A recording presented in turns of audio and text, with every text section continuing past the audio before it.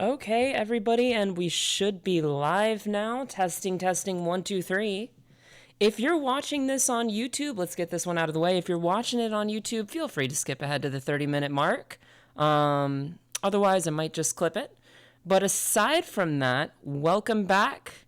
And we're going to rock and roll today with the machine on PG Play known as Blogger-1. So I actually have to go ahead here and change the title of what we got.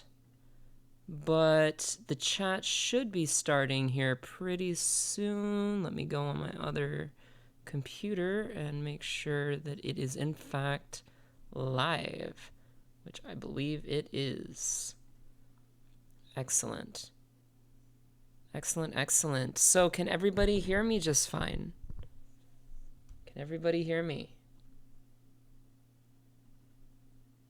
Let's make sure that is the case. Testing, testing, 1, 2, 3.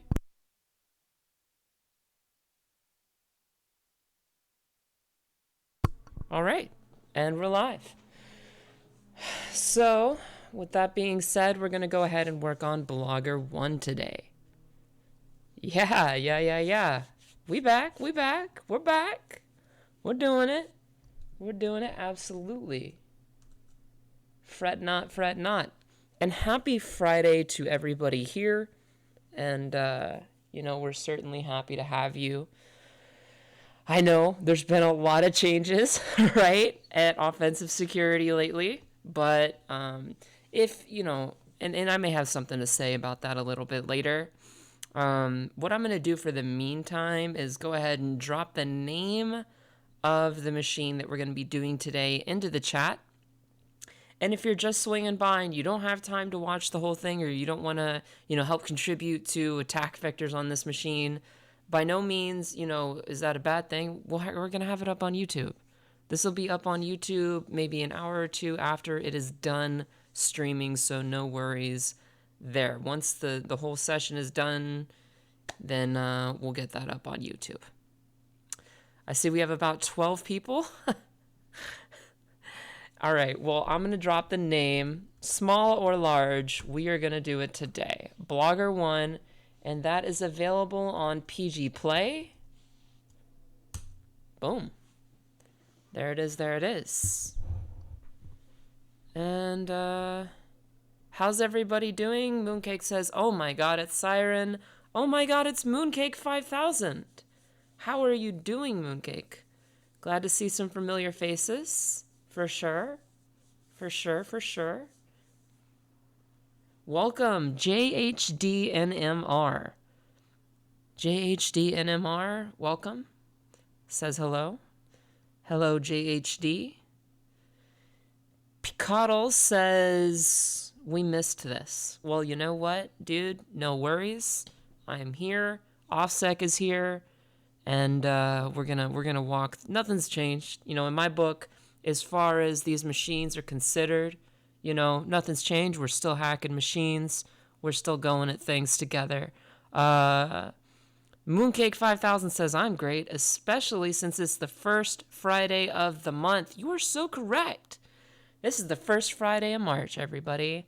Callie78PL says, hello, smiley face. Hello, Callie78, and welcome to the chat. First time chat from Callie78. So, glad to see you guys. Glad to see you. That was a pretty big office hours, man. We covered a lot of things in that office hours. That went pretty deep.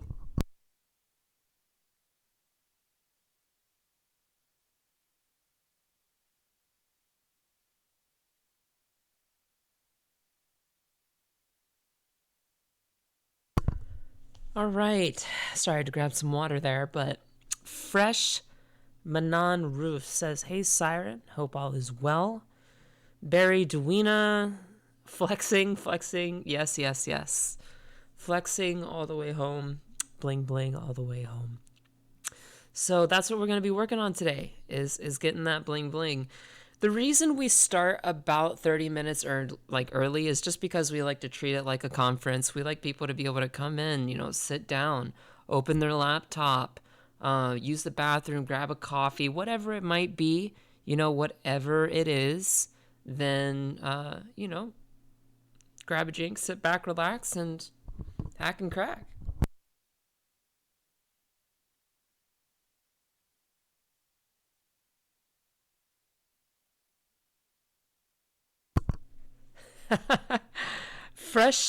Freshman on roof. I love the play on wording there on the verbiage. Fresh, you could say, because it could say fresham a non roof or freshman on roof. That's making me laugh, guys. Thank you very much. I needed that. So, yeah. Well, all is well with me, and I hope all's well with you, dude. I hope you're doing well. And Barry, I hope you're doing well as too, dude. Absolutely. Freshman on roof says, like, I'm a freshman, like, just learning. Hey, we all start somewhere, dude. Honestly, like, in my opinion, it's never too early to get into computer science. It's never too early to get into computer security and, locking down systems, organizations, and providing that peace of mind to people. It's never too early to start down that career path, because the earlier, in fact, I'd argue the earlier you start, the better things are going to be for you in the future. And you're definitely, if you really are a freshman, then dude, you are in the right place. And you're learning, from my opinion, the best of the best here at Offensive Security, from our office hours to our other streamers at OSL to all of our developers. I mean, the content that we actually create. As you guys know, I myself am a content developer. I work in R&D here at Offensive Security with regards to the web and the web attacks and web surface. But how's everybody doing? Happy Friday. My goodness, how much time do we have left? Let's take a break just to say, you guys got, it's looking like, 13 minutes or something? I mean, we can go over if we need to, but maybe let's say about, let's say about 20 minutes. You guys got about 20 minutes. If you want to go into, it is OffSec now, so it's OffSec or portal.offsec.com. Let me grab the link for you guys so you don't even have to. Portal.offsec.com. And bada boom, bada bang. I'll drop that into the chat. And did I get the whole link? Oh no, that's an all. There's an AL there. I don't know why it's spacing out, like ALL. That's weird. Well, just go to this one and you'll be redirected, right? You'll be redirected to the correct endpoint. But yeah, portal.offsec.com, and glad to have everybody here.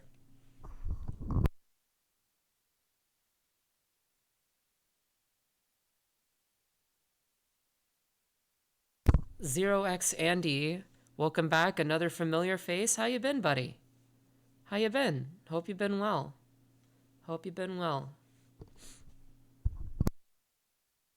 And we have a first time chat from Mr. Noobles. Just sounds funny. Mr. Noobles. Or Noobles? Nobles? Mr. Noobles. Hello, Mr. Noobles. The first one was correct? Okay, I got it correct. Great. Great.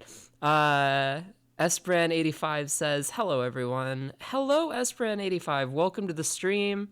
And feel free to kick back, relax. And if, we're going to be doing this machine, I'll be leading the way. Obviously, I'll be leading the way. But if you ever want to provide any, attack vectors for various ports or services that we might come across, any of those attack surfaces, then we are all about that. Are these current machines you guys are going to be rooting or archive? This is actually like a brand new machine, dude. This is not an old archived machine. This one I think got imported a couple weeks ago, so pretty good.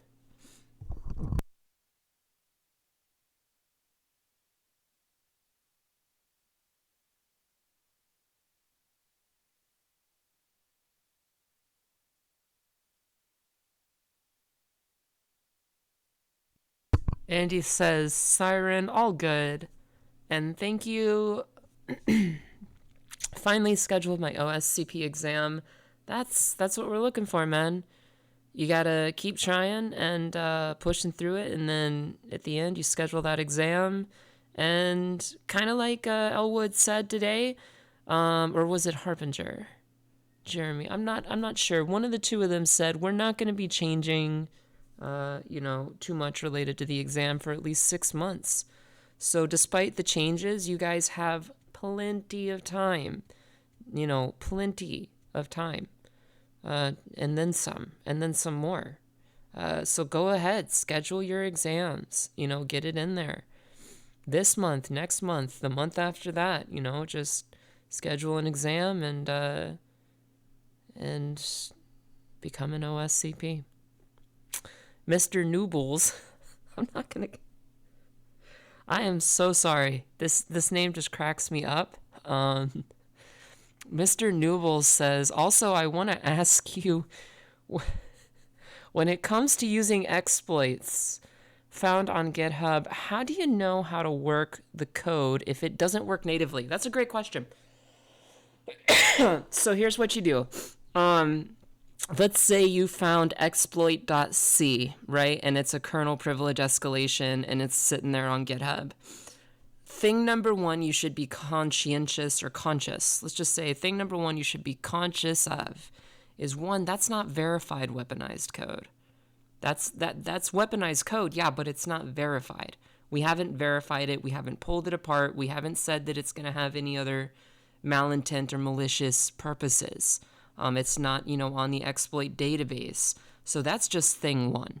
But if you're able to set up a testing environment, or, if it might be an exploit that's only a couple of lines of code. I've seen those before. I mean, it doesn't always have to be something that's super long. Sometimes the most clever ones are written in C, and there may be like 20 lines of code. Just give it a good, thorough review, and if it's that should be back burner stuff when it comes to privilege escalation. Very much back burner. But if you are gonna use a kernel payload off of GitHub, one, realize that it's not verified. Okay, it's not verified weaponized code, which means we can't confirm, malintent one way or another. And two, you don't know if it's going to work. Now, if your question is related to architecture, right? Or like x86 or, 64 or whatever it may be, or x86, 64, whatever it may be, you can use a compiler, terminal compiler, like off the command line landmine, and it is known as GCC. So you can use GCC and have GCC be like, look, I'm compiling this for my target machine, and the target machine is 32-bit, right? So you can specify --no or -m32, I believe, or it's either -m32 or -m32, and that'll compile it in a 32-bit architecture. So you can cross-compile. It's known as cross-compilation. So if you are interested, I will drop this in the chat. It is known as cross-compilation, and you want to look into MingW. This is going to be with MingW. To answer your question, I know that was a long-winded answer, but hopefully it got to the core of what you were asking. Did I say complication? Cross-compilation with MingW. There we go. I'm like typing over a thing here. I've got 2 laptops, a microphone, all on this little desk, but we're making it work. So let's see. Voice of Grog says hello. Don't complicate. Compilate. Don't complicate. Compilate. Compile it. Yeah, I like the play on words there. I like that. We have a lot of plays on words in the names today. A lot of fun stuff. A lot of fun stuff for sure. So, who else do we have here? I must have missed somebody. Need to get OSCP out of the way and go for Web 200. Heck yeah. You know, I personally, I'm a big fan of Web 200. I'm a big fan of the Web 200. I feel that it is arguably the most practical application security certification that is out there right now. And it's just getting better. So definitely getting your OSCP, you know, like me, and then going for a very specific kind of aggressive track for that Web 200, the largest attack surface in the world, dude.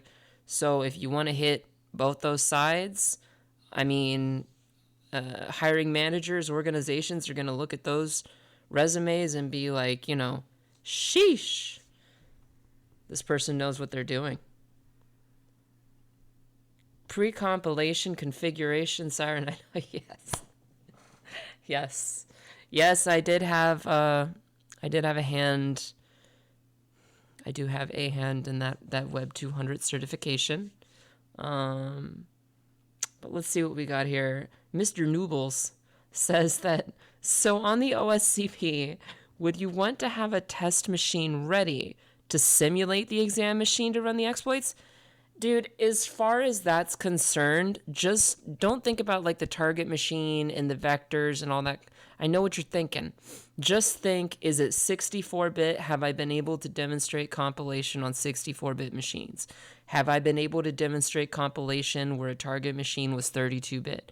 Have I been able to demonstrate compilation and exploitation where the target was 32-bit and you had to use LP thread and there was no pi and this, that, and the other? I mean, the more arguments, the better. So it never hurts in the lab range, cough, cough. You may brick our machines, but that's okay. You know, that's what it's meant to be there for, is give you that test bed. So you can brick the machines in the demilitarized zone and the DMZ, and yeah, you'll get plenty of experience.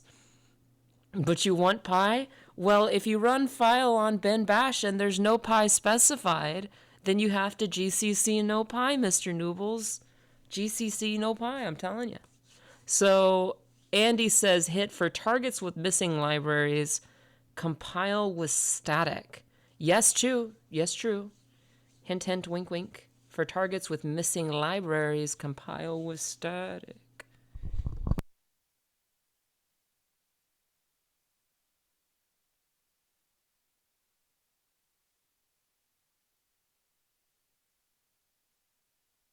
About 11 or 12 more minutes here on the clock. 10, 11 more minutes. I have to go over this because, we'll be honest, this stuff is new. Look, let me think about this. Mr. Noobles, I would say that I was in your shoes once. You're totally not wrong. That line of thought is spot on. You're thinking, I have to go over this because if I'm going to be honest with myself, I'm new to this. Yeah, like Andy just said, we all were. We were all new to this at some point or another in our career. Every single one of us here. There's not one person here that wasn't new and admitted to themselves, you know, I got to go over this stuff because I'm going to be honest. And if I'm being honest with myself, I don't know it. It's new to me. We were all there. And, yeah, I mean, let's just say you're in a very privileged, like, time to be learning it. Because when I was going through this stuff, it was scouring Google to no end. Nowadays, everything is very, very catered.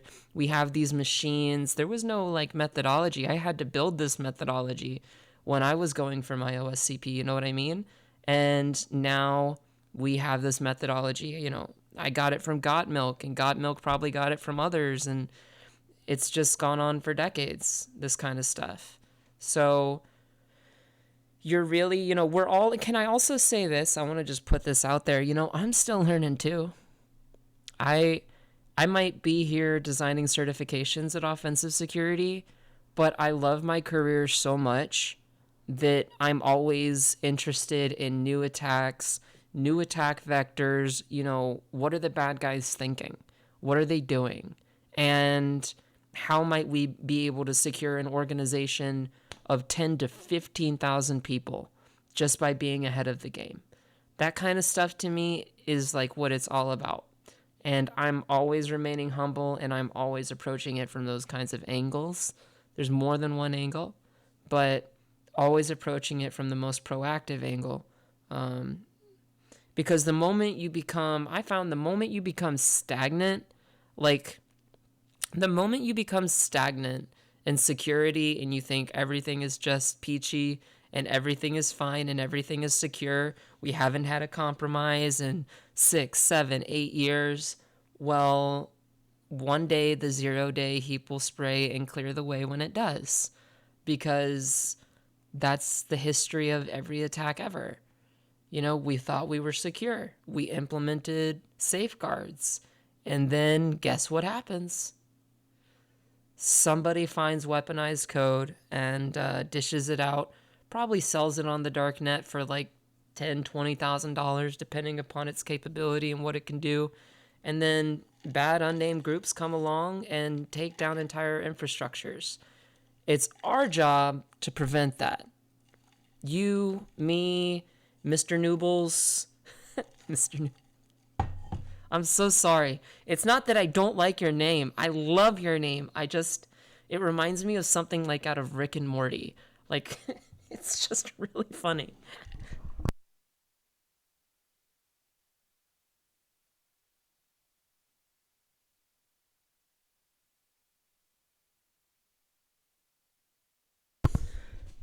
Bazinga Bazonga, your platform is Chunga. I have a mission. I have a mission, and I'll go. Now, we have a first-time chat. Dodofet says, the Dunning-Kruger effect graph, when applied to CyberSec, doesn't just have one iteration. It never ends. The hills just get taller and steeper. And he's absolutely correct, I believe. I'm going to Google the Dunning-Kruger effect. One moment.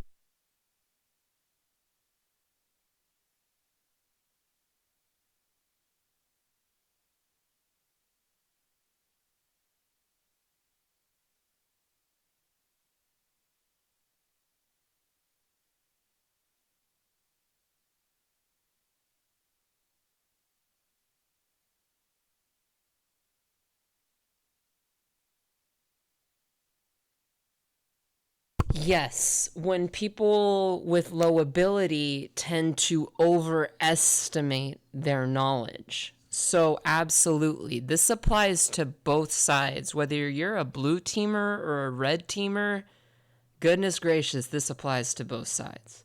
This applies, to everybody, and it's something you want to remain cognizant of. Mr. Newble says, oh, yeah, it's like people who know things they're aware of less and vice versa. Yeah, kind of like that. Kind of like that. It's like one of my favorite rappers says, there's a big difference between confidence and arrogance. And, arrogance is, I think I know it all. And then confidence is, I can stand before anybody. I've been through so many years of experience, and I've gone through so many trials and tribulations, and I've seen this I've seen it so many times before that it's like you become confident, right? You move away from arrogance and into confidence and true experience and wisdom. And as a result of that, man, I feel that the Dunning-Kruger effect is real. It doesn't just affect the proactive guys. It'll affect the blue guys as well. And they may think everything is secure, but mark my words, it's probably not in some way.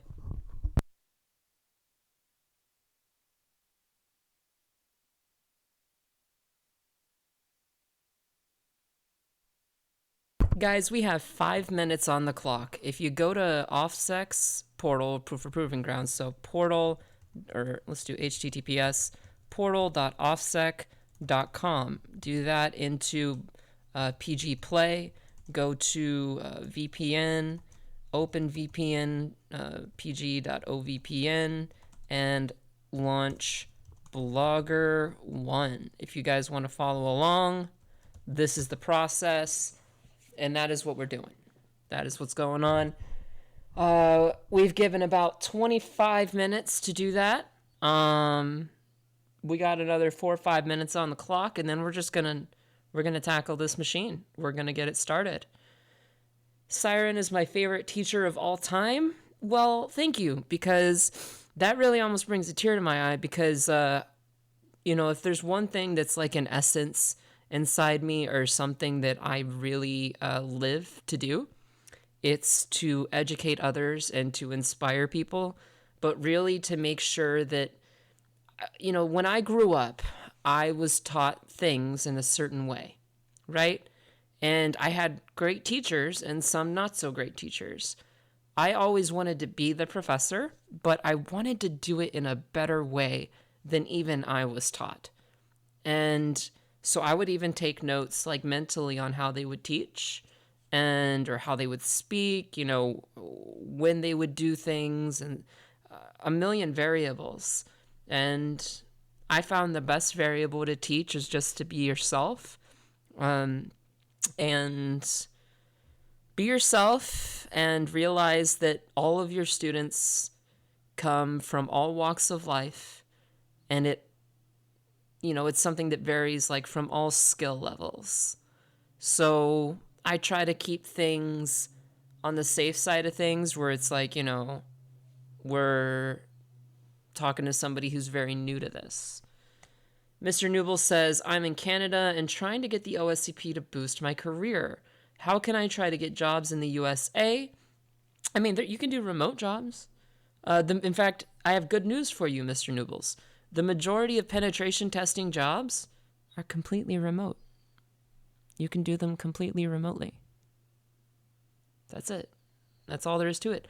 I lived in the United States, and I worked full-time for a particular organization in Canada.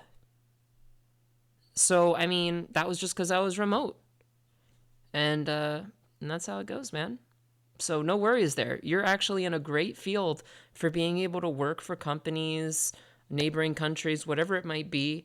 You're definitely in the world where, that especially happens with penetration testing. Like Glock says, I love remote. Yeah, absolutely. Julian Crypt says, hello again. Welcome back, Julian Crypt. Good to see a familiar face. 2 minutes on the clock, guys. 2 minutes. Come on. Get the machines tossed up, and and I love S1REN. Aw. Thank you. Thank you so much. You guys are really so sweet. You guys are so sweet. And, we got 60 seconds on the clock, and then we're going to start this machine. So I'm going to chug some water, and we're going to do this.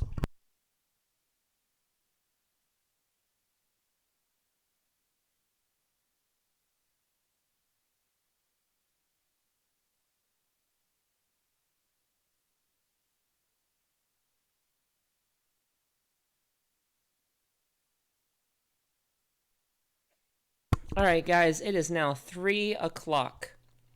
It is 3 o'clock, and do you know what that means? We are ready to begin. We are ready to begin.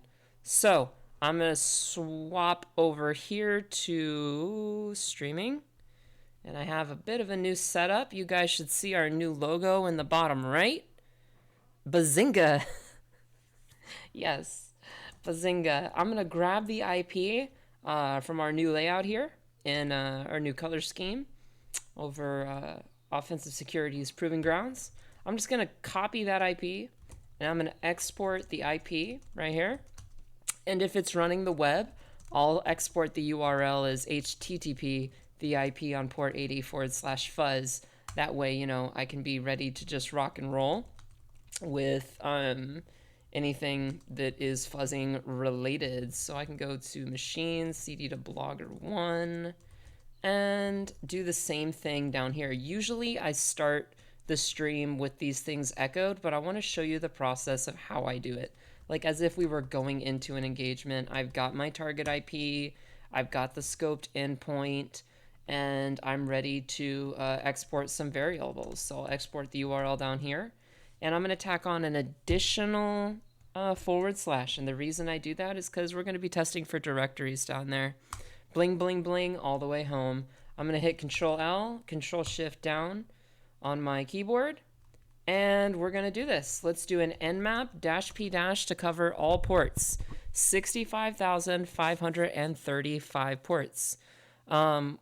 Newbles says, wait, how do I get access to Proving Grounds? You just register. Proving Grounds Play is completely free. That's all it is. nmap-p- for 65,000. Right, that's 65,535 ports. So what we want to do is say, okay, I want to do a -st for a TCP connect scan and -sv to get the service version. That's essentially just like a netcat banner grab, right? If anybody here is familiar with the intro sections of the OSCP and the PWK talking about netcat and TCP connections, you'll be familiar. This is exactly what Nmap does with the -sv argument. It grabs the banner of the remote service. And we're going to do that at the target IP, tac open, and smash the return key. Guess what? It's pen testers with their feet up.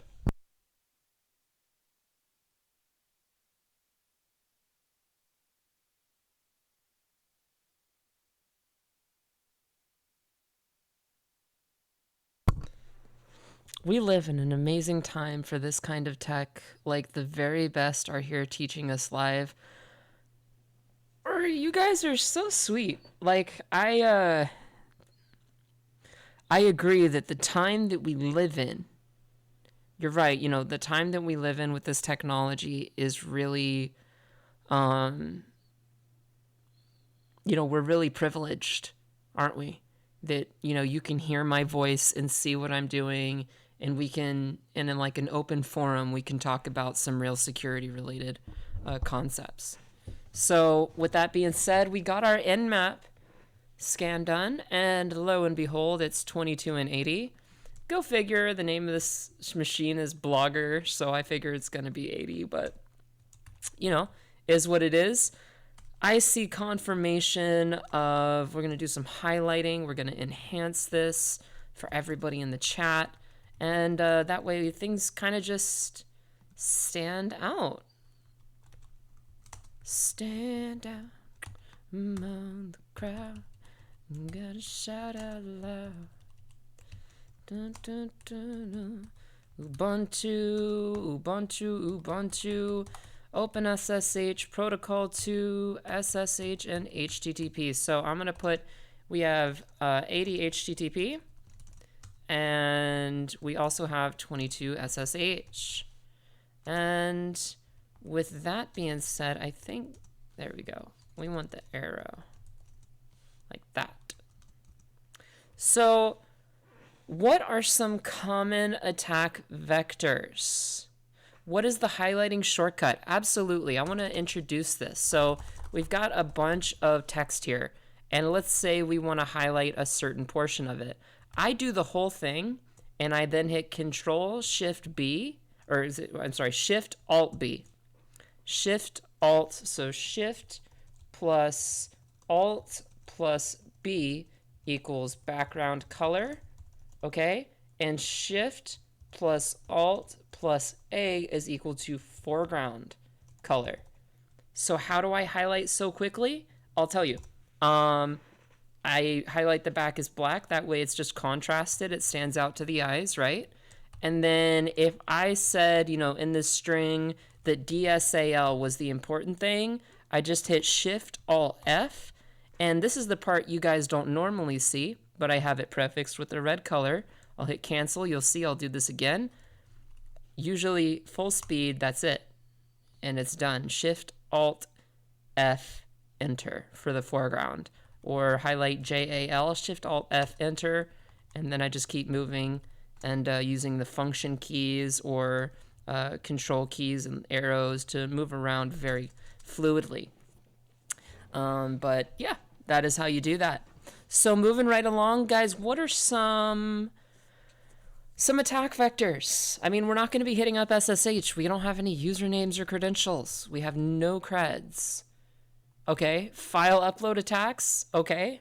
All right. File inclusion. Okay. What are some enumeration strategies? Before we get straight to command injection, I like what I'm hearing. This is all very, very cool stuff. Curling. Yeah, let's talk about ADHTTP.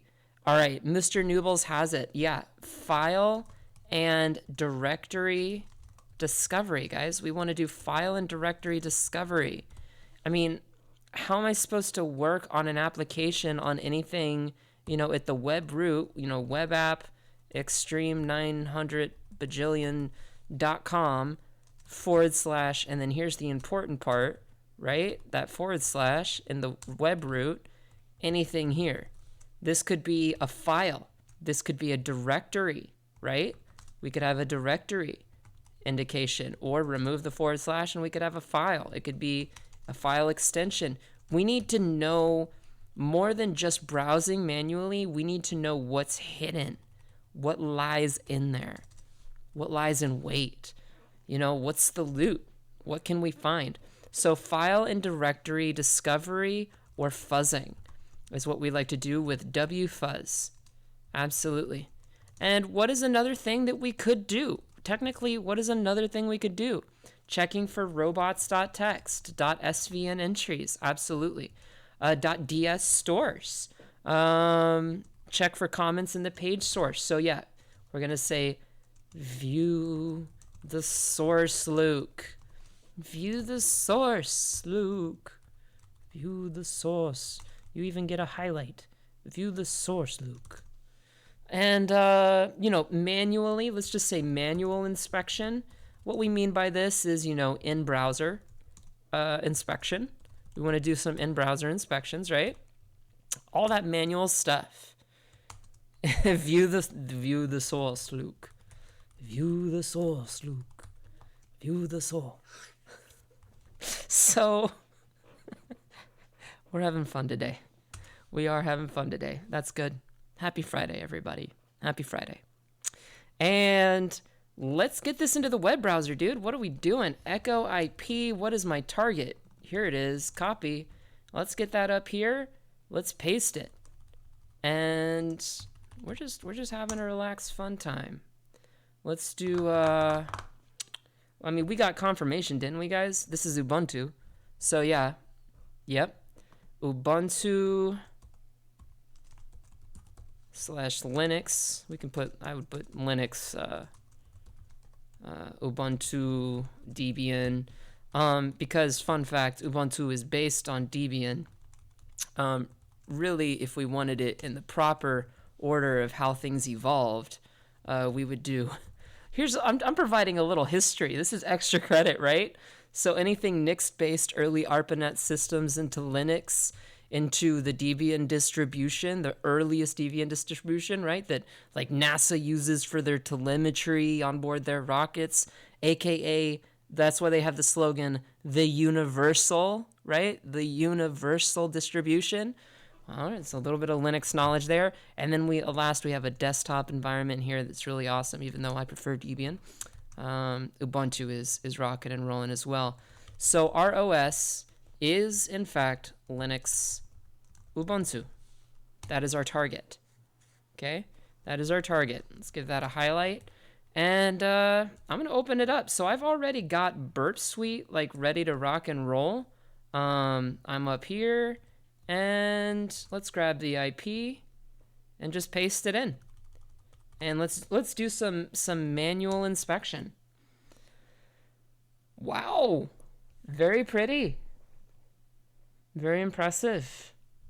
I like it. I like it a lot. All right. Pretty cool looking, huh? Nice website.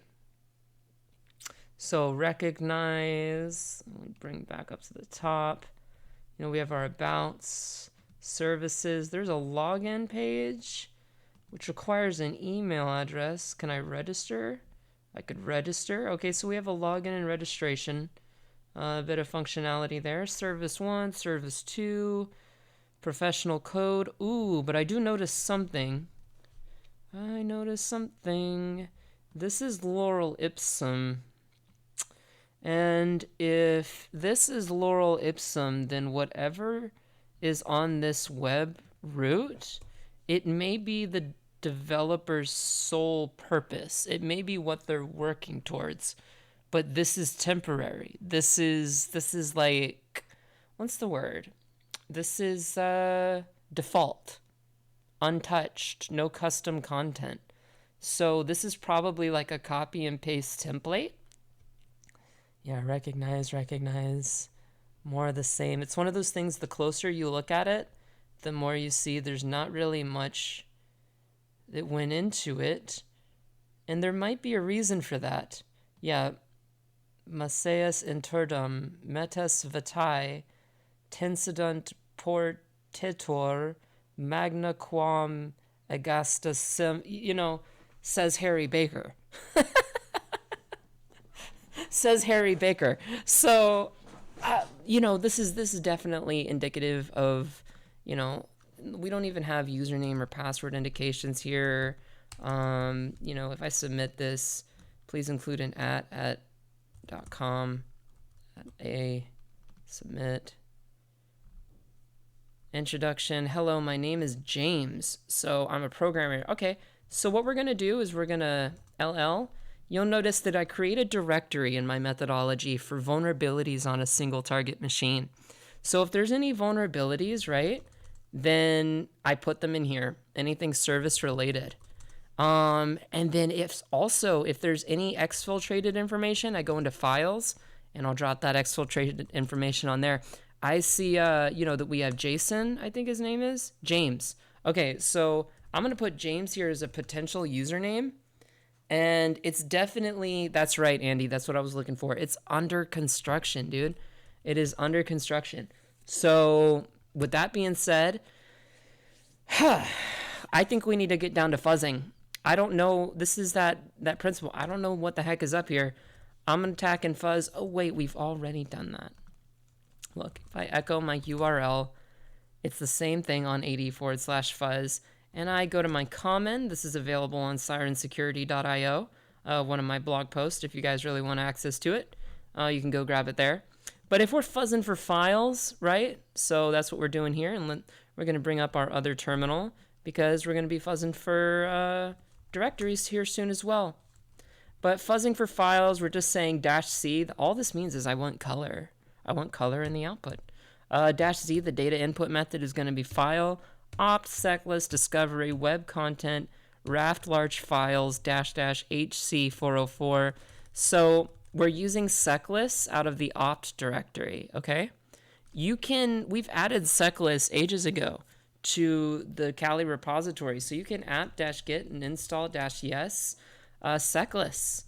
And that'll install seclists onto your machine, and you can lslsa user share seclists, and well, it's not there for me right now, or share, is it wordless seclists? No, it's just seclists. But I can apt-get and install-yes seclists. We can do this together, and there it goes.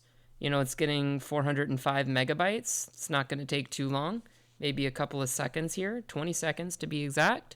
But what I really want to demonstrate, I may be demonstrating, hey, we have /opt seclist, but with Kali Linux and the Kali Linux repository, you can get seclists just downloaded. Like, I don't know any other way to say it. You can get it downloaded, and if it wants to go, come on, internet. It's past 50%. We're making progress. Yeah. We're making progress. But either way, while that goes, can anybody tell me why I say --HC404? that imagery in the Siren Security blog, is that from Deus Ex? Yes, it is. Yes, it is. It's from Deus Ex Mankind Divided. It's one of my favorite games ever. But nonetheless, yes, there we are. Picadle said it. So blocks 404 returns, right? Blocks 404. Why do we not want 404s, dude? Why don't I want 404s? And then I'm going to give you some wisdom. I'm going to drop some wisdom on you about the 404 situation. But I want to know from your perspective, why would I drop 404s right now? Right now.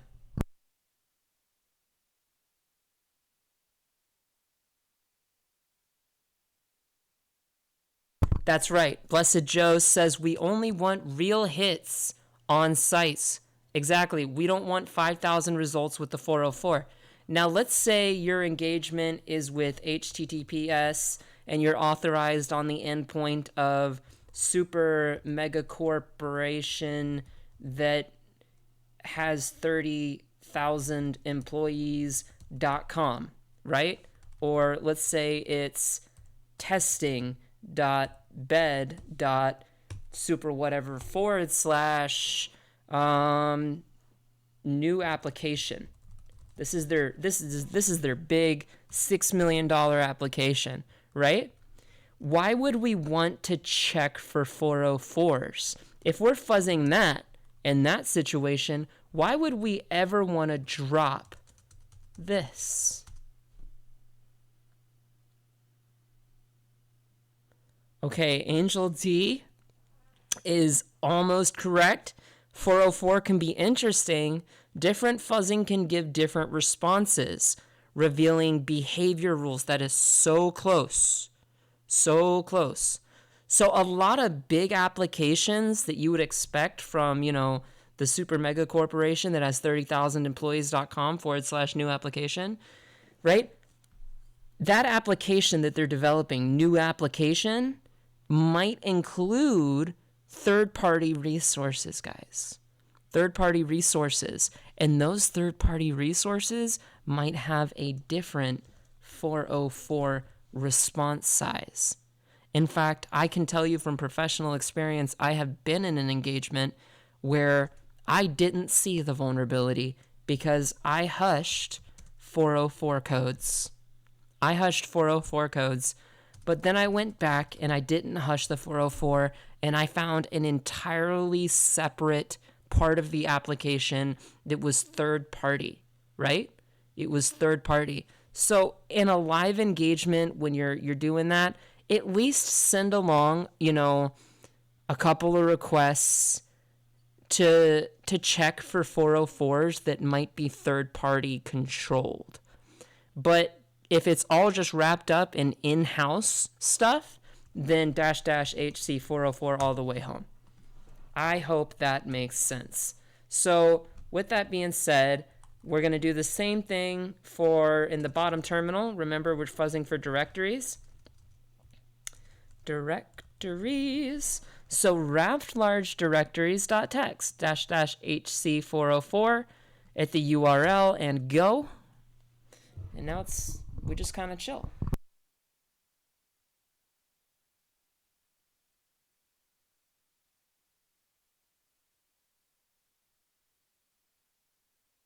The reason we like to use wfuzz is because it is there are lots of reasons. One, it's a free alternative to the professional version of Burp Suite's Intruder. It's a free alternative and arguably just as effective, if not even more aggressive. Because in here you can, much like the professional version of Burp Suite, which I love about Burp Suite, is you can fuzz any position in the packet, any position in the payload. With wfuzz, you can effectively do exactly the same thing. You can fuzz headers, you can fuzz the cookies, you can fuzz endpoints, you can fuzz parameters, you can do different types of fuzzing. You can encode. So if I'm sending the payload index.html, I can provide the -encoding type option for more advanced users. I encourage you to look it up. Look up the wfuzz manual on Kali.org. right? Kali Tools, I think our website, yes, Kali Tools has it there. If you're looking for the more advanced stuff with WFuzz, look into the encoding types for WFuzz, because what it will permit you to do is sometimes get around endpoint protection. Because if you're fuzzing something and that endpoint protection is looking for dots, and it's looking for slashes, and it's looking for extension types, and it's looking for traversal strings, what you can do with WFuzz is wrap each of your payloads in a certain, or even double or triple wrap them in an encoding type that is built directly into WFuzz. And it acts as kind of like a bypass for some endpoint protection. So WFuzz is an easy tool to, hey, look, wherever the fuzz keyword goes, that's where the payload goes, right? So it's super, super easy to catch on to, but if you get more and more professional with it, you'll see that, it's got a lot of functionality that's going to help you in the real world. And as a free alternative, you may not have Burp Suite Professional or a graphical user interface. I can think of a bajillion reasons. You may not have said luxuries. So we teach with, that's why in the Web 200, we're going to teach both. In the Offensive Security Web Assessor certification, the one that I and my buddy of my colleagues have written, we decided that it's important to teach both. We want to teach you about Intruder, and we want to teach you about WFuzz. And I even managed to convert one of my colleagues over from FUF to WFuzz once he saw the power of the octopus. It was pretty great. So anyway, this has been going for some time. My God, 17,000 requests. That means in my head, we've already been through sec lists, like most hardcore words, most common ones. I'm going to Control-C. I'm going to let the network breathe. I'm going to let it breathe. We're going to let things kind of go from up here to down here. Excuse me. And we're going to see what we found. Unfortunately, we didn't find anything except the index.html. If I type asdf.html, that's going to be a not found. Sorry for the flashbang. But index.html... Now we have this. So you see it's very custom. It's very lightweight. It's probably just a default template. But what we did find in files is /index.html. And we found something else, though. We found directories, which I want to take a look at. Okay. We found all of this. Let's just bring all of this over like we traditionally would and put that right under here as plain text. There we go. And we have server status. Am I interested in server status? Can anybody tell me why I'm going to delete server status? I'm not saying ever delete anything, okay? I'm just saying, as a professional, I know what I'm looking at here. Can anybody tell me? Cough, cough.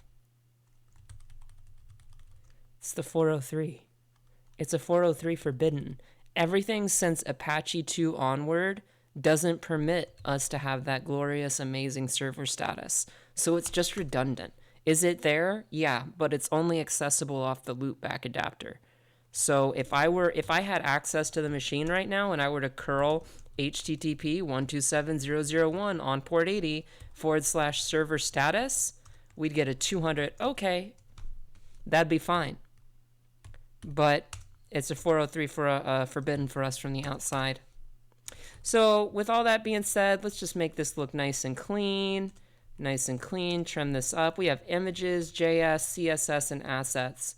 So I'm interested in all of these except for CSS, but I want to know about the assets because we didn't really find too much interesting here, which is kind of unfortunate. But let's try images. Anything hidden in here? No, this is all, yeah. Any JS? Look, here's all the JS. Any assets? That could be anything. Okay, we have CSS for, why do we have CSS, JS, and image? Fonts? Blog? Dude. So we have effectively, found something here. What we're going to do is view the page source, and it's blogger.thm. So what I'm going to do, why doesn't any of this render correctly? It's WordPress. Why is it not rendering correctly? We're going to learn something, Mr. Nubbles. We're going to nano Etsy hosts. I'm sorry, Mr. Noobles. And we're going to put this in here, right? Our IP address. And then we're going to say blogger.thm. It really doesn't matter. The only point is that, look, we view the page source. Nothing is rendering. Is anything rendering here? Do we see images? Do we see CSS? Is there any fancy JavaScript animations happening? Zilch. Nada. No. That means that, wherever the domain or whatever the domain is, it's not being read correctly. We put in an IP address, and it is expecting our local host file to have the domain blogger.thm. So let's try this. Let's now copy the endpoint, close it all out, http blogger.thm, and then / assets fonts blog. And I put THMA, didn't I? Sorry, I'm zooming in. Enhance. All right, now we have something pretty. Look at that. Look at that, guys. We have something pretty. So we managed to find that. I'm not even going to front. I could have 10 more machines to do. I'm going to go to 80. I'm going to paste that link in. That is what I found. And, we could move right along to another machine or whatever. But we got this. We have this endpoint. Honestly, I kind of just want to look at it for a minute. I just want to see. Cross-site scripting, day 7. Security misconfiguration, day 6. XML external entity injection, sensitive data exposure, broken authentication. Page 2, hello world. Okay, welcome to WordPress. This is your first post. Edit or delete it, then start writing. So we can make a post, which is cool. And then there's all the recent posts. Now, can I search for anything? Apostrophe, search results for that. What about H1? Do we have an HTML injection probe? No? Okay. So, at this point, what do we want to do? We want to view things. We want to look and inspect and view the page source. We want to look at resources. We can inspect the element. Check this out. Here's something cool. You want to see all the resources? Just go to the network tab down here and click on it's already recording, and refresh it. See how it all comes down like that? You see that? There's all the fonts and the JS and CSS and our little search query with a single apostrophe. Isn't that nice? Isn't that nice? Is that a WordPress? Yes, it is. So let's check for, someone says, Zapola says check robots.txt. Okay. No robots. Let's check it on the root here, although we would have found that with our fuzzing, and we did not. So no robots. What about .ds stores? Any .svn entries? No, nada, and nada. What do you guys think?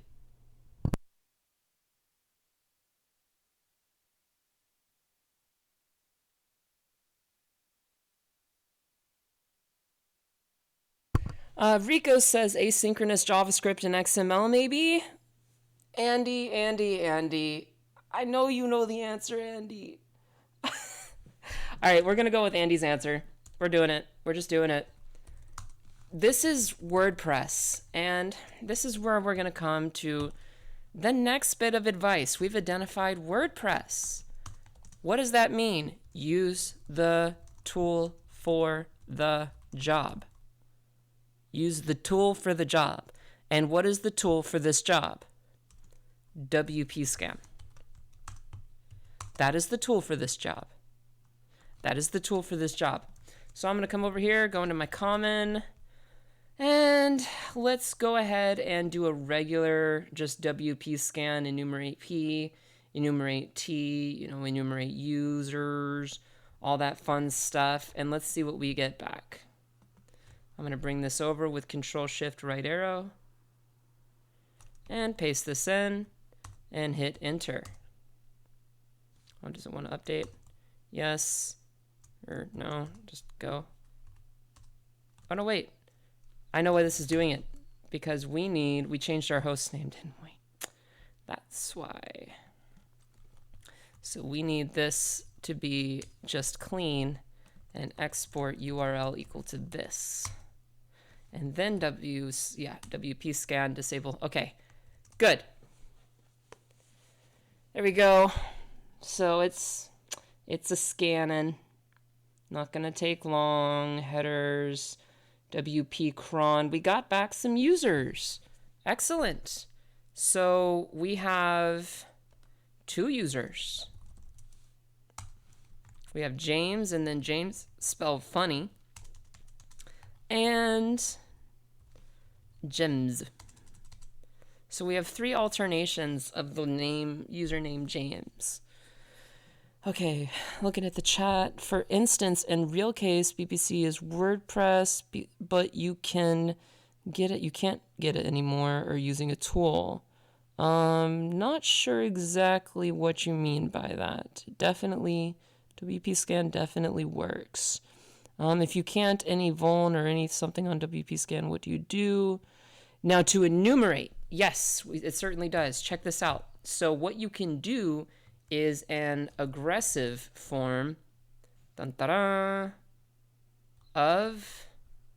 plugin detection. So did we find any vulnerable plugins that stood out? No. This is all the typical WP scan output.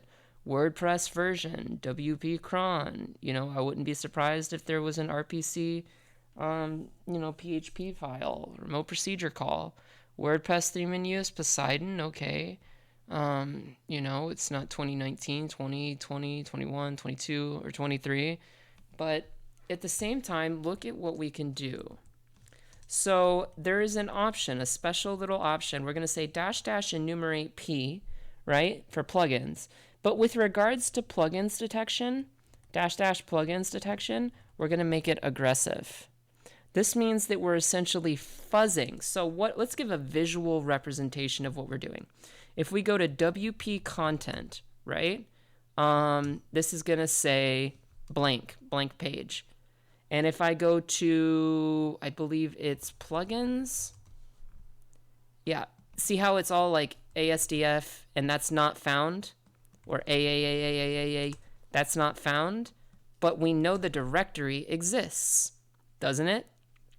So in essence, if we can collect a database of every single known for each new line or comma separated value for each and every WordPress plugin, then we can not brute force, more intelligently fuzz this endpoint, cough cough, for aggressive plugin detection. Let's do that. Let's just do that.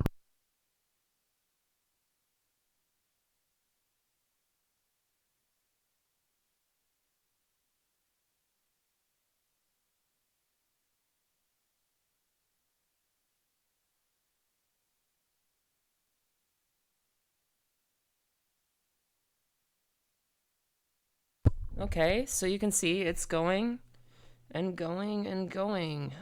What did we find already? Nothing. Let's see what we get back. Okay, we did. So Akismet, if you've worked with WordPress, you know that Akismet is like a default plugin. Like if you install WordPress right now and you go log in, you go to plugins, you're going to see Akismet there. Do I care about Akismet? Not particularly. It's been around for like over a decade and it's doing just fine. I am interested in the lowest hanging fruit. I'm interested in this. WP discuss. WP discuss. So what we're going to do here is drop this in, say that we did an aggressive scan of WordPress for plugins detection, and we discovered, hit the wrong button, WP Discuss plugin. And what version is that? Let's get that version. 7.0.4, I think, or 7.5. Oh, latest is 7.5.3, which means we're not even on the latest at that. So, oof, gross. It's looking bad. It's looking bad. But I think we're getting closer. It's good for us. We're the ones having the fun here. So, let's see what we got. If I were to search the exploit database for WP Discuss, bling bling, that's 7.0.4. So it's saying there's an unauthenticated arbitrary file upload, remote code execution. How much do you want to bet that this remote code execution came from the arbitrary file upload? I'm interested in that arbitrary file upload. Yep, that's right. Just a guy 1 through 7, RCE. And we're cooking with gas now. Like, if you did not think we were cooking with gas before, we're cooking with gasoline now. So we have PHP web apps 49962.shell, right? So check this out. Here's what we're going to do. We're going to go into our vulnerabilities directory, and we're going to copy exactly as I said earlier. We're going to copy that URI, that path, to this shell file. And I'm going to use searchsploit-m, and that'll copy it to the present working directory. There it is. Let's nano it and take a look. Index.php. All right, just looking through the matrix here, where is the vulnerability? Web shell. So it's a web shell file upload, of which we need to go back to our cherry tree and note that the web technology is in fact confirmed as PHP. So, it looks like it wants a comment or oh, I know what this is. I know what this is. So, can anybody tell me? I know this all looks really complex. Ignore the sed, the grep, the cut, all that stuff. More setting, more grepping, more cutting, more setting, more grepping, more cutting. Can anybody tell me what, like when we see WebKit form boundary, we're looking at a multi-part encrypt, like file post data. And where is the only place on the website that we've enumerated already, we have that functionality? Where can we upload a file? Check it out, dude. Check it out. Beep this. So let's go to the Hello World one, right? And let's go to read more and join the discussion. Yeah, we want to join the discussion, guys. We love joining the discussion. So this is offensive security and their amazing community that helps over at twitch.tv/OffSec official. And is that the vulnerability? You know, we'll say name is OffSec, email is offsec@think.local, and website is going to be http://127.0.0.1. So, sorry if you hear a loud beeping outside. There's like a construction truck. But look at what we got here. This is offensive security and their amazing community that helps over at twitch.tv, OffSec official. Name this and this. Can anybody tell me what the vulnerability is? I've not seen it yet in the chat. I'd love people. Put on your thinking noggin. You know what? You can't put on your thinking noggin if I'm talking and singing. I'm going to go quiet and I'm going to put my feet up until I see it.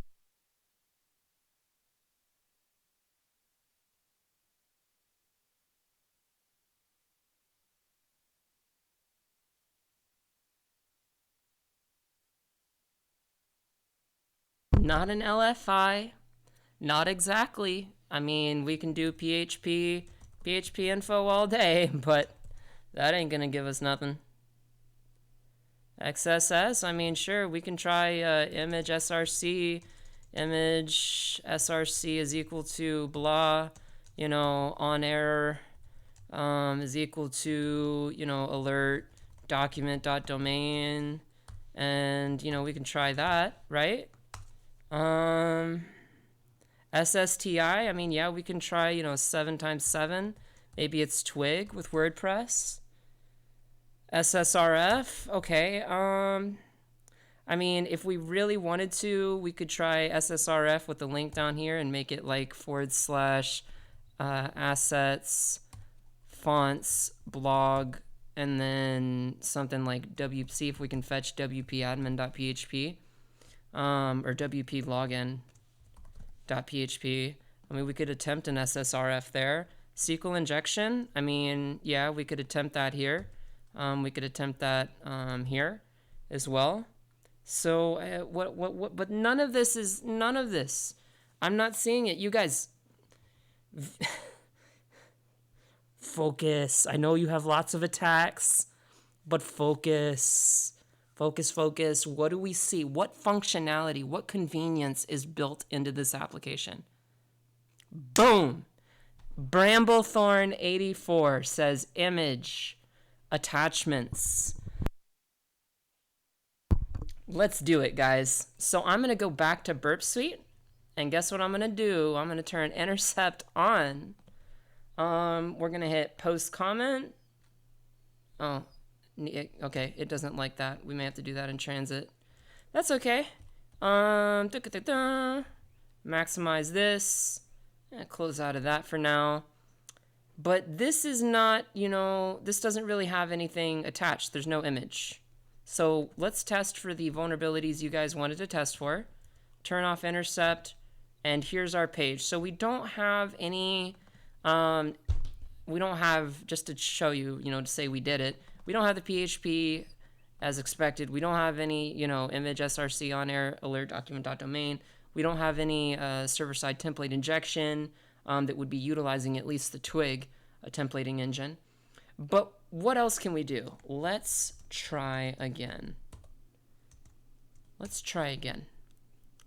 Except this time, I'm going to go into my terminal, and I'm going to go to, let's open this up. Let's cd to home Kali transfers. So I have a transfers directory for this very purpose where I can transfer payloads. I'll cd to PHP. And what we're going to do is touch offsec.gif. We're just going to say offsec dot, I believe it, well, I mean, we could do that in the file. Yeah, offsec.gif.php. I mean, we could try and get away with .php. I don't really know if this is exactly going to work, but the point is we're going to nano offsec.gif.php. We're going to put in our PHP code, right? And we're going to say pass through of $_get. This means execute a system level command for the parameter, the get parameter, the get data of CMD. And terminate that statement. And also what we need to do here in the file data is what else? Also, we can make this look much prettier. We can echo preservative statements, right? And then we can echo the conclusion of those preservative statements. So it looks like a monospaced terminal if we do get it. But let's try uploading a GIF. Can anybody tell me what the file signature is or the magic bytes are for a GIF? Anybody? Can you tell me what that is? GIF. It's GIF 89. There it is. Tux Shell says 89. GIF 89A. All right. So we have GIF89A followed by BERT, our PHP data. So that's basically in earnest. We're going to do that, and we're going to terminate that with a semicolon, Control X, Y, Enter, and then we're going to browse to it. I'm going to attach a file, and it may say that it doesn't like it. You know, we may not get it the first time around. We may not. Let me go to transfers, you know, and PHP and OffSec. I think we called it, what was it? We have image files. We want all files, quite frankly. I want offsec.gif.php.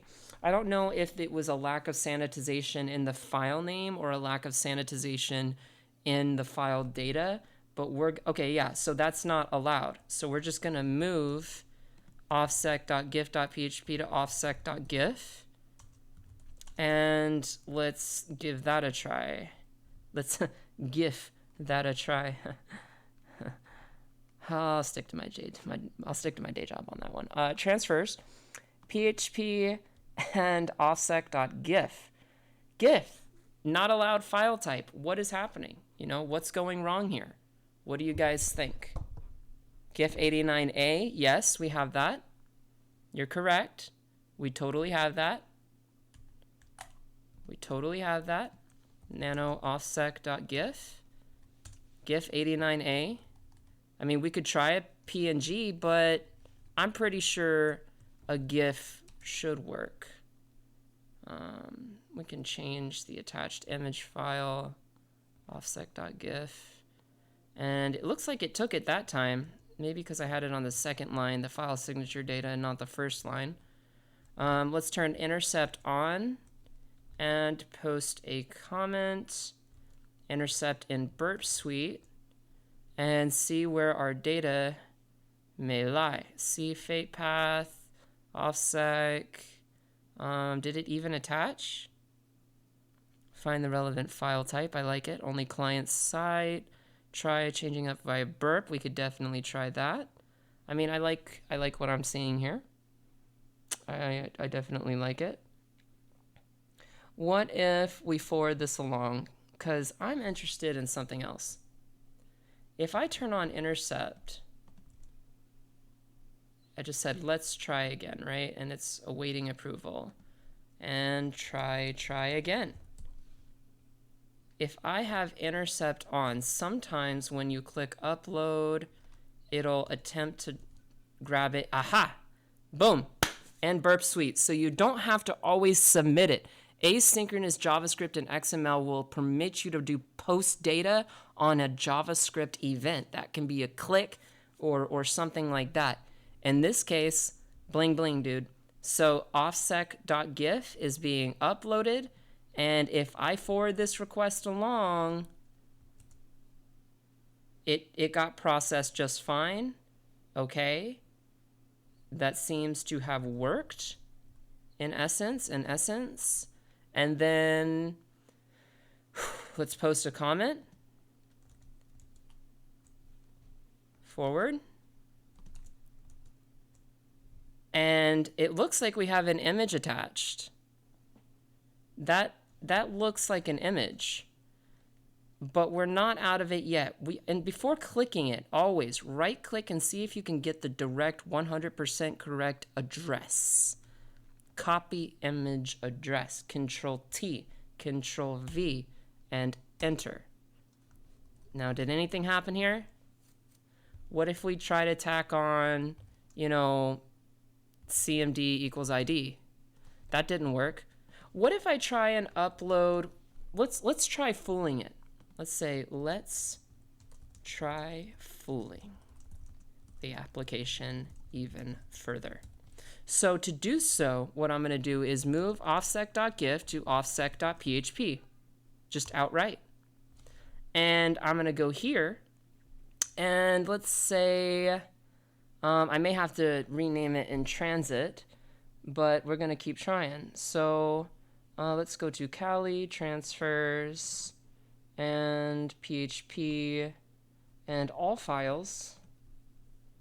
And let's see if we can get offsec.php.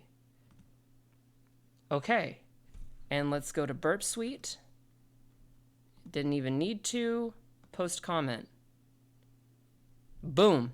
So because offsec.php, it didn't check for sanitization on the name parameter of the file that was being uploaded, nor did it properly check any of the data that came after the file's signature of the uploaded file. And that, my friends, if we copy image address, Control T, Control V, enter, see how it says GIF 89A? That's the file signature. That is the that is essentially part of the bypass there. So we're going to CMD equals ID, and that's code execution. I'm going to ls-lsa /, and now we have a little web shell. And I'm even, just because we've never done this from a web shell, can I do this? Can I echo bling like that? Yes. Okay, we didn't get the dollar signs because of formatting, but whatever. Bling bling. That is bling all the way home. So what are we going to do now, guys, for the entry level people? What are we going to do now that we have echo verified code execution happening here?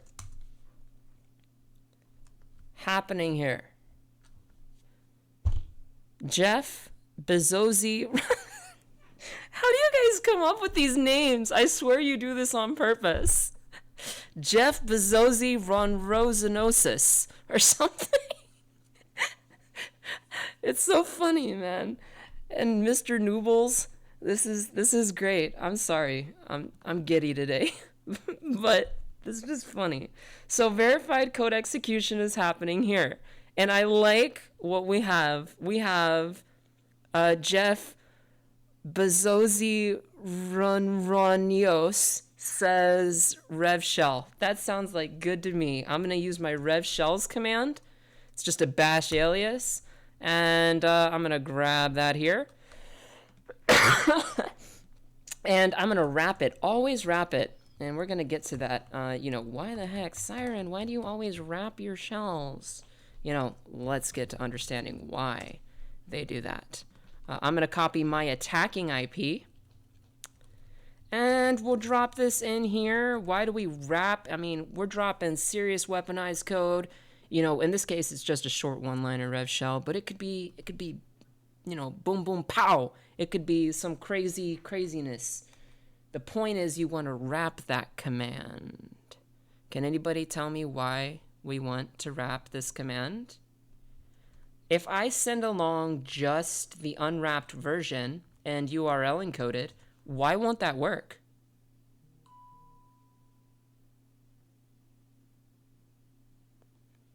Boom, boom, pow, and bling. Come on, guys. Why won't it work?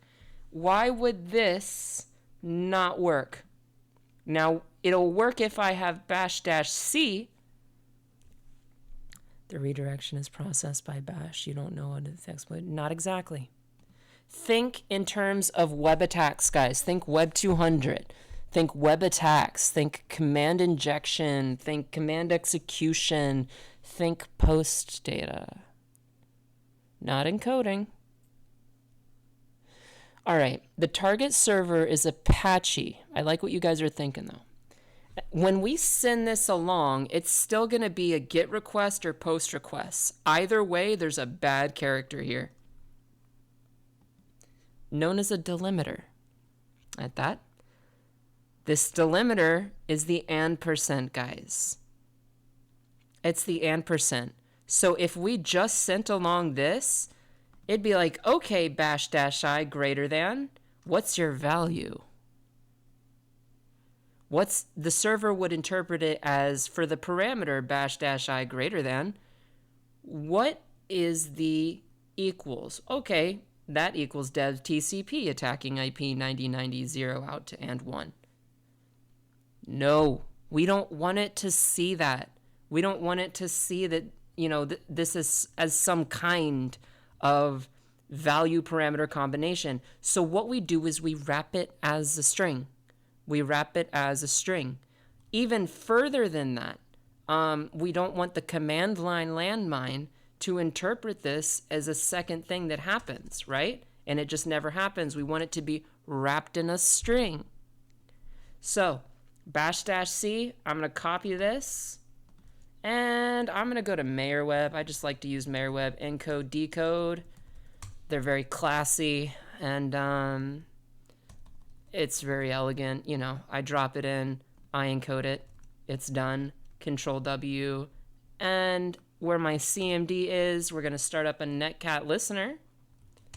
Here it comes, guys. Here it comes, here it comes, here it comes. Netcat NLVP on 9090, and paste the payload and URL encoded and bash wrapped.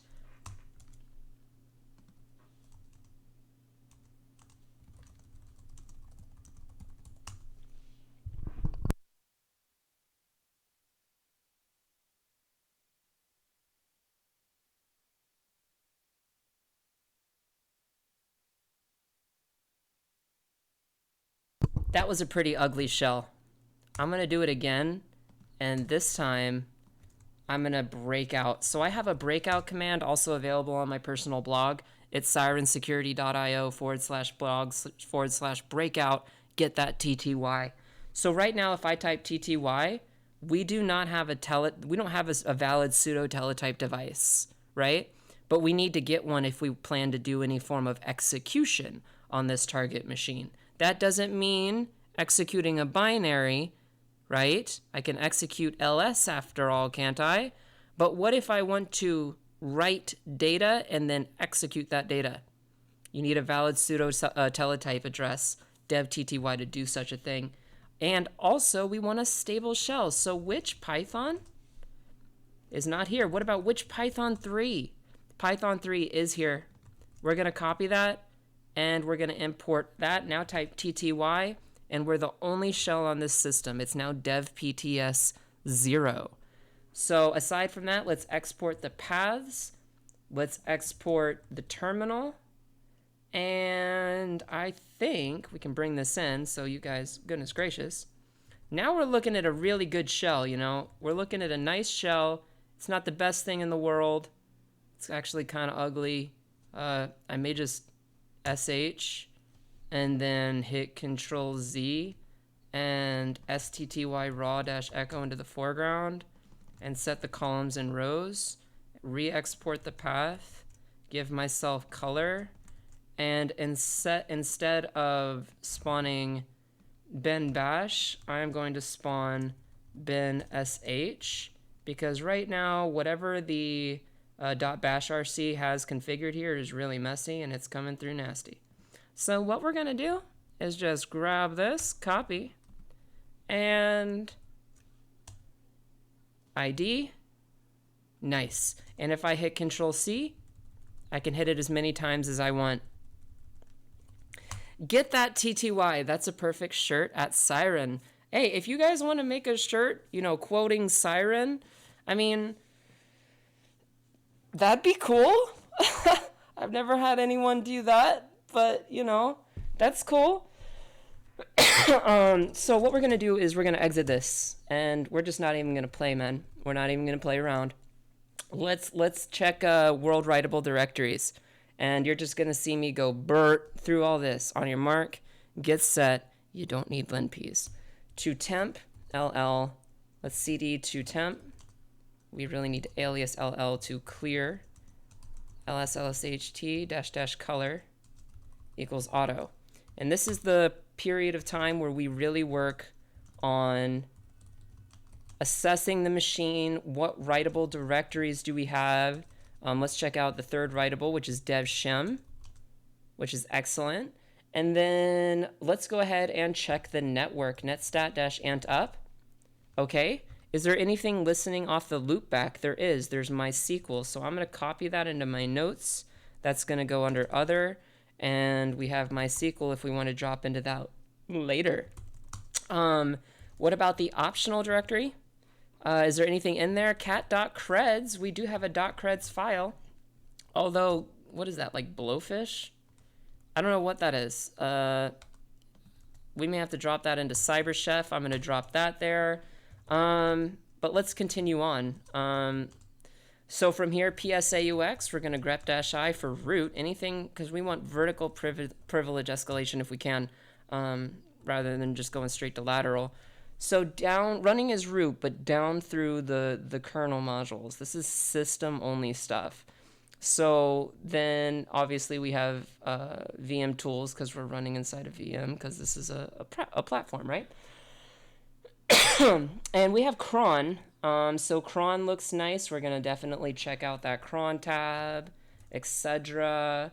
Python 3, unattended, upgrade, shutdown, wait for signal. It doesn't look like it.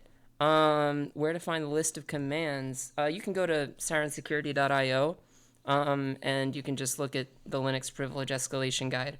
Let's check out Linux post is a basically textual version of that. I'm going to look for suids, and then we're going to look for GUIDs on the machine. Are there any suid binaries that are going to assist me in this process? Anything here going to assist me? Let's copy it all over. Right-click, copy for later. Marinate and use for later. You may hear my cats rustling in a box in the background. I have an Amazon box that I ordered sitting in my foyer, and my cats really love boxes, so they like to jump inside and play in those boxes, and you may hear that rustling as a result. Every cat loves boxes. Angel D, totally agree. Every cat loves boxes. He just came up to me, he's like, Mom, what are you talking about? Don't embarrass me on stream. You can't tell them I love those boxes. GUIDs. So this is going to be any group user IDs, right? And let's make that highlighted. Okay, chat. Does anything here... Oh, I'm kicking my feet up, dude. I'm kicking my feet up. Guys, I mean, I like what I'm seeing. LXCFS. Every cat does, in fact, love boxes. PKExic is present. Yes, it is totally present. So, I mean, but that's, that's kernel payload stuff. This is maybe vulnerable to the poonkit.c stuff. Maybe. But we're going to put in, that's last resort. That is last resort or back burner, man. That's back burner. We're looking for misconfigs. What do we got? mlocate. Well, mlocate, I like what you're thinking, just a guy, but mlocate is actually completely standard because it has to work with the update database binary or update DB. And mlocate requires UID 0 when updating the database for all files across a Unix-based file system. So it makes sense that it does it with UID equals 0, but I don't know that we're going to get shell from that. Nothing really too exotic here. You did not know. Thank you for this. You are welcome, my friend. Yeah, go, you don't believe me, dude. He doesn't believe me. I know he probably believes me. Let's give a demonstration. I'm going to exit out of a root shell, and here I am. Look, who am I? I'm Callie. ID, I'm a low priv user. If I type update DB, that's permission denied. See? Permission denied. So, mlocate is not going to help us. But someone says cron, dude. I'm all about it. Let's check it. LSLSA, etc. Anything cron star. Anything cron. Let's blow it up. Enhance the font size. We have a placeholder. All right, let's cat etc cron tab. Root is running user local bin backup.shell.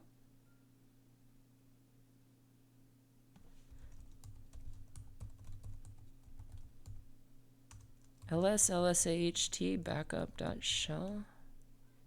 Read write. Oh, we can't write to it. Dang, no, not bling yet. Not bling yet. Look at the permissions, dude.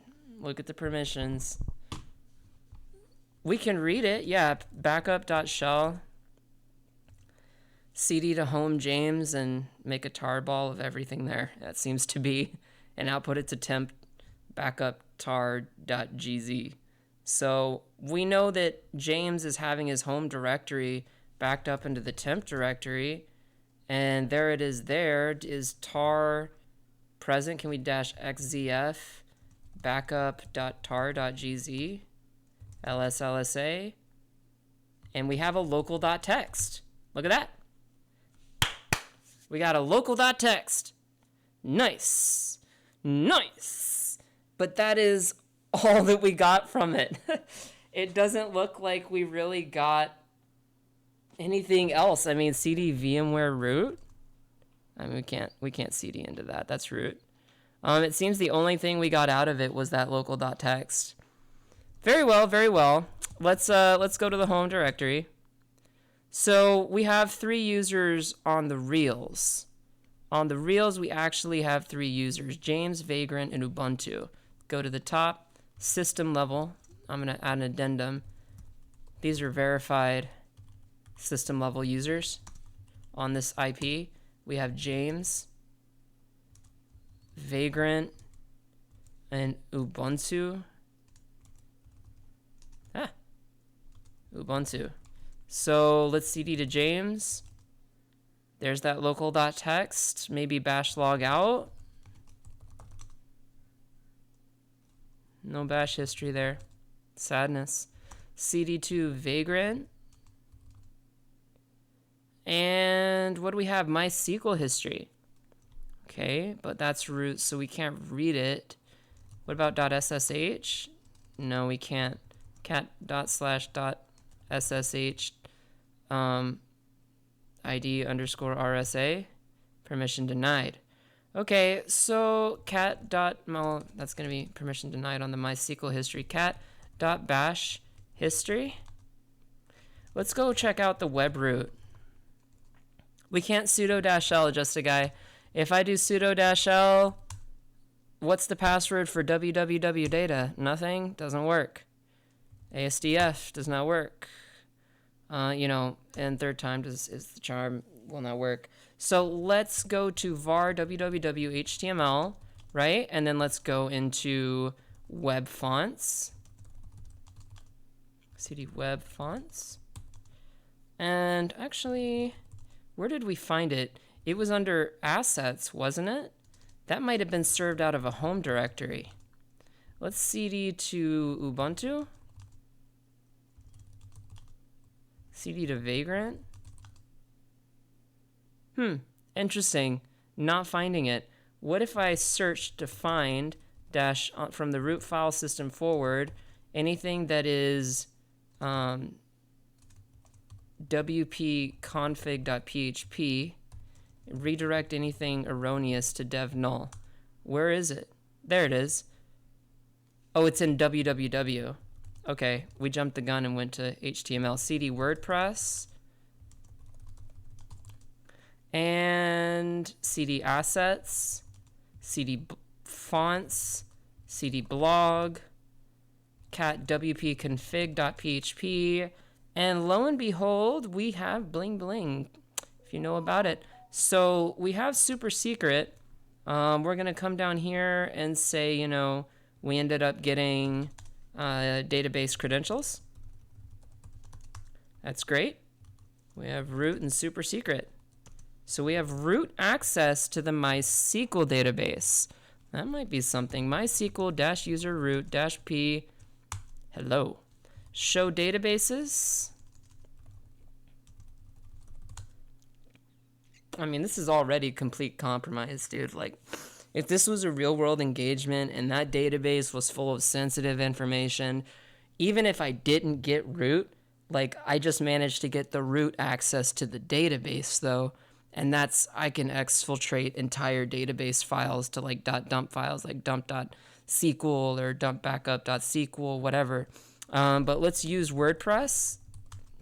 Show tables. Select all from WP users. And what do we have? So there really was only one user. It was James. And I'm going to go up here and say credentials and put in parentheses for the web. We had James. with a password hash of this. Looks like MD5 WordPress, if my gut is correct. And that's in proper credential format there, separated by that colon.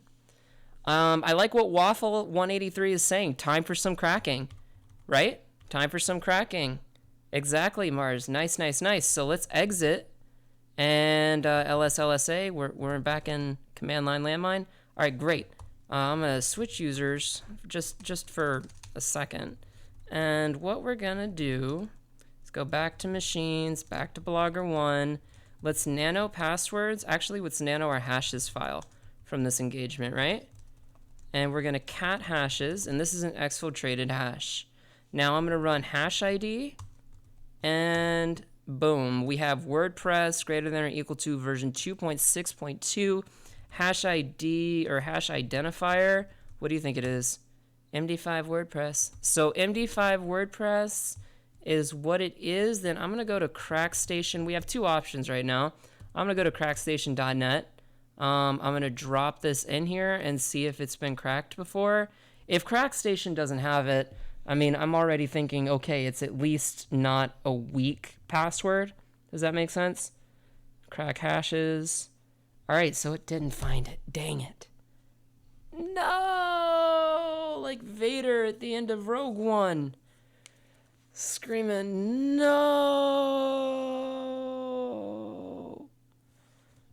Oh, guys, it didn't crack. No. So we can do this hurts. Yes, just a guy. This hurts. All right, we can do it. John dash. We can try it. John on hashes dash word list equals user share word list. I mean, if our rocku.txt CrackStation is going to be using like rainbow tables or like, Supra tables or something crazy, right? So we're just using rocku.txt. I mean, we can let that run in theory, right? We can just let that run. So what have we've looked at world writables. We've looked at MySQL. We've cracked the MySQL, or we exfiltrated MySQL root credentials. What else? Yeah, CrackStation uses rocku.txt too. Exactly my point. At the minimum, right? So, but not find it. Exactly. Thank you, Mr. Mirrors. Exactly. So I'm not going to burn my processor to the temperature of the surface of the sun. I would not like to melt it. But I'll let it go for a couple minutes. But I don't think we're going to find it, guys. I don't think we're going to find it. So we checked the world writable directories as well. Nothing there. We checked the home directories, didn't we? Like, I've got my hands on my forehead. You can probably hear it. We checked the optional directory. We checked the home users. We checked all running processes. We checked the cron tab. We got a local flag, but no other exfil data, which means that the route to privesc on the machine was not going to come from the backup of James because he only has the local flag, and that was being backed up. Aside from that, we checked the network. We could check for extended capabilities, get cat-r / to dev null. See if there's any extended capabilities, MTR, traceroute IP utils, system daemon, detect virtual. No. We can check out etstab or etsy-fstab, right? We could run pspy and see if anything is being used on the machine. John identified the correct hash type immediately, dude. That was not the issue at all. But it doesn't look like there's no extended file or mount options, or otherwise known as exotic mount options. Or magic mount options, whatever you want to call it. So we can't mount and unmount something like a thumb drive or a CD drive or something and do it with root privs and have it execute Ben shell for us at the time. And this is burning my processor, so we're just gonna, I'm sorry. I'm sorry, computer. It's so hot right now. So what we're gonna do is, let's get back to thinking, man. What else could it have been? What about the mail? What about the mail? CD to var mail, nothing there. Var spool mail. Guys, we can't give up. We can't give up. We can't give up. Let's check the root file system. Root file system. Anything here that shouldn't be here? Vagrant is here. Why is Vagrant here? There's nothing in there. It shouldn't be there, but CD data? There's nothing even in data.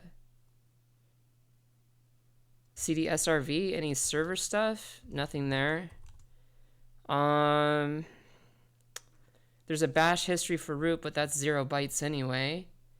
I mean, there's only really one other thing that I think we could do.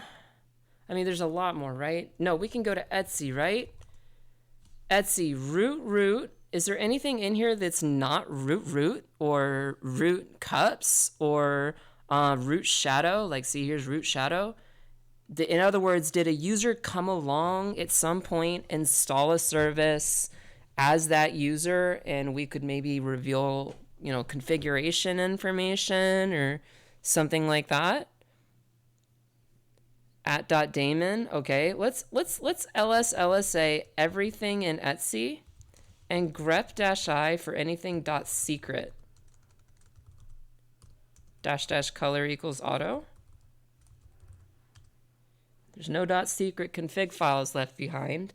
LSAHT on Etsy, grep-i for anything that is .conf -- color equals auto. Here's all of our configuration files for the machine out of Etsy. So we already checked for suids and guids frag 0, but good suggestion. Good suggestion. Okay, it's looking bleak. It's looking pretty bleak here.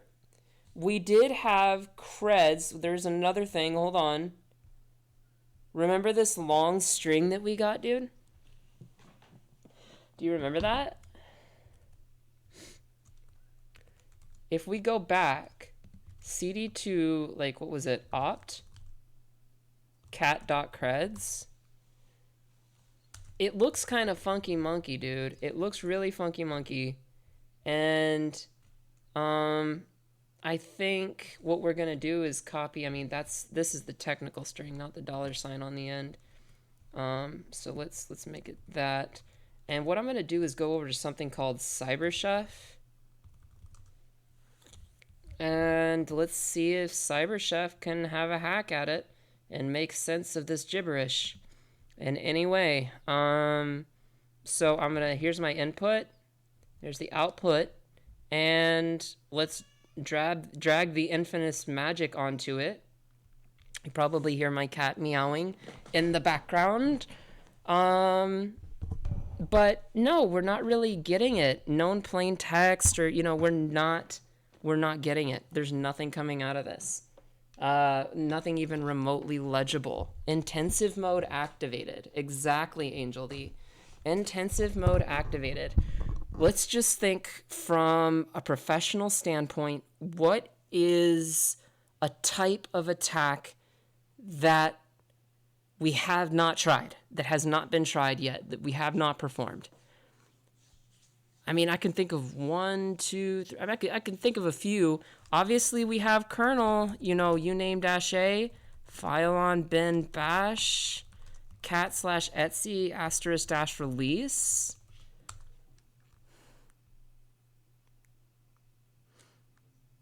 Right? So, I mean, we can copy all this over if we really wanted to do a kernel payload at this point, but this is still, S1REN is still going it, and S1REN is still saying this is still back burner. I don't want to bust my one chance with the machine, over something that's just not even going to work, probably, but it might. It's a Hail Mary, but 16.04 Xenial and all that fun jazz. There is another type of vulnerability that we did not check, my friends. No, we're not doing PoonKit. I mean, we could do PoonKit. You want me to do PoonKit? I can go to transfers. I can cd to Linux. I can go in here. Look, nanopoonkit.c. That's how quickly my machine has access to various kernel payloads. You don't want to do PoonKit? I don't want to do PoonKit either, dude. Me neither. Me neither. Blarg. No potatoes right now. We're looking for the misconfiguration. Here's what we can do. We need to try... This is going to sound so dumb. But there is another Hail Mary we can try. There's another Hail Mary. Can anybody guess before we go throwing kernel payloads what we at least need to try? What's another Hail Mary you can think of? S1REN is telling you, offensive security is also telling you, definitely another Hail Mary there. You know, it's definitely there. What is the other Hail Mary? We already did MySQL, Andy. It's not going to be that, but great thinking. I wouldn't consider that a Hail Mary. I'd consider that the absolute necessity as part of our job description. Metasploit Hail Mary, negative. We already have a shell. We already have code execution. That's not going to be it.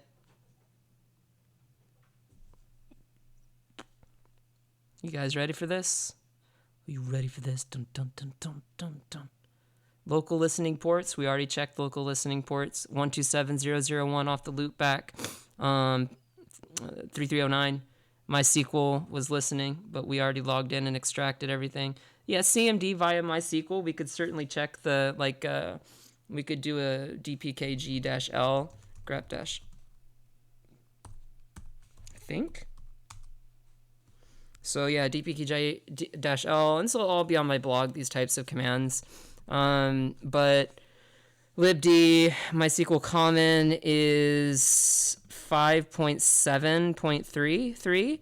So let's just check. Search exploit MySQL privilege, and this would also be escalation because we always include the correct wording. And we had 5.7.33, like no module.so, privilege escalation, raptor.c,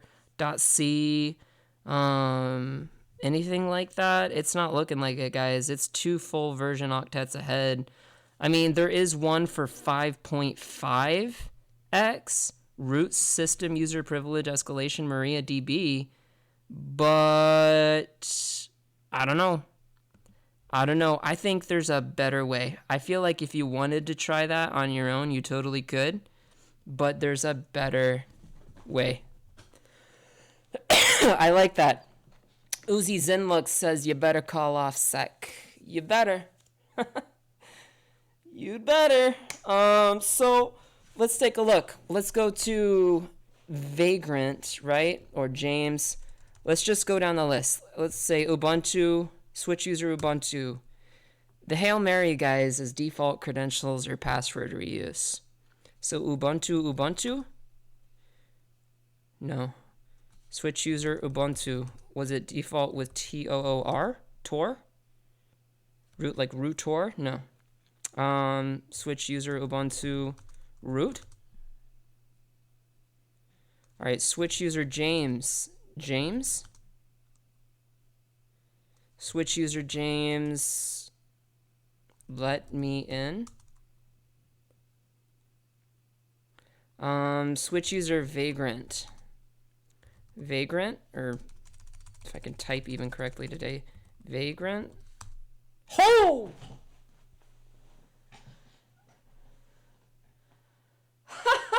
So that's the Hail Mary, son. That's it. Let's go. Absolutely. Let's freaking go. Blow it up, chat. Blow it up. Oh my God. User space, dude. User space. So, Vagrant. What's the first thing? Go hacking, go. Exactly. Very well. Thank you. But I couldn't have done this without you guys. That is bling bling all the way home. So, what do we want to do? sudo-l. Waffle is already on it. Oh, well, they just gave us the machine. They just gave it to us. That was the root privilege escalation. That was the intended vector. Sudo switch user ID. Who am I? And that is it. CD to root. And there's the proof. So what we'll do is we'll clear the screen. We'll do an if config. Let's actually make this a little cleaner, like concise for the stakeholders, right? If config. Hostname, ID, who am I, and catproof.txt. We're going to do a print screen on Kali Linux, set this to an area, and boom. Boom, boom, boom. We have captured that snapshot, and that would go in your formal report.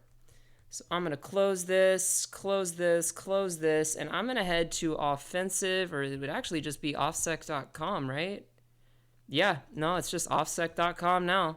So here we are at the new website. This is like the thing I'm most proud of in my entire life, other than being here with you guys, obviously. The other thing I am most proud of in my entire life is this little owl here. But offensive security offers more than just my little owl. The Web 200, right? Web application security testing. And beyond that, if you're ready and willing to go, the Web 300 as well with the spider. We have our PWK, EXP301, SOC. We got it all here. And I don't know, you're going to have to excuse me, but I don't know if it's going to be /webinars still. It is. We still have /webinars, and Jeremy Miller is still here, and he is going to be interviewing David Hunt out of Prelude Security. So they're going to be discussing how David got started in cybersecurity, his thoughts on adversary emulation, and upcoming community projects. So a bit of an AMA with David Hunt from Prelude Security, and please always feel free to check out our certifications at offsec.com. And, there we go. And I'll hit explore. And let's say, yeah, okay. Holy cannoli. So that was something. That was a machine. Welcome back, guys. That was definitely intense, right? That was intense, but welcome back to our streams. We've rebranded, we've done everything there. And I'm not really going to speak to anything about the branding. I was going to. I even had a little speech and everything ready to go. But the reason I'm not going to is because our OffSec office hours really hit the ball on the head. Or the nail, is it saying the nail on the head? Yeah, hit the nail on the head. Our OffSec office hours with Jeremy Miller and Elwood. Sam was there, and thank you, Sam, if you're still listening, for being there for us. But just to answer, hundreds of people's questions about the rebranding that OffSec has been going through, I personally love it. I think it's super sick, and it's super forward-leaning. Other than that, guys, I will be here. OffSec will be here next month. Let me check my calendar. So we're in March now. This is the 1st February of March, 1st February of April. So that actually falls on April 7th. April 7th is a Friday at 2:30 p.m. Eastern, and we'll have another machine. Can I connect with you on Discord for more info about setting up a Kali environment? Absolutely. Mr. Newbles, Draquinho says 10,000 X's, Siren, you rock. Thank you, Drac. Thank you so much. Picado says yay. And it looks like everybody's really happy. So guys, with that, only nothing but positive vibes from offensive security these days, and, forward motions on all fronts. So if you're watching this and you work at offensive security, you know who you are. Thank you for every single moment of effort that you put into making this company accessible and making it the industry leading company that it is. You know who you are, and thank you from the bottom of my heart and from the bottom of the community's heart as well. Community, thank you for being the heartbeat of this organization, and we look forward to seeing you next month on the 7th. There is one more thing. How could I forget? How could I even forget? Guys, go over to Wireside Text, and this is in Discord. We have Blogger-1, and I'll leave that there for you, and I'll add some takeaway concepts into it in a minute. But for now, we're going to go ahead and end and conclude this stream. Happy hacking, intruders. Take care.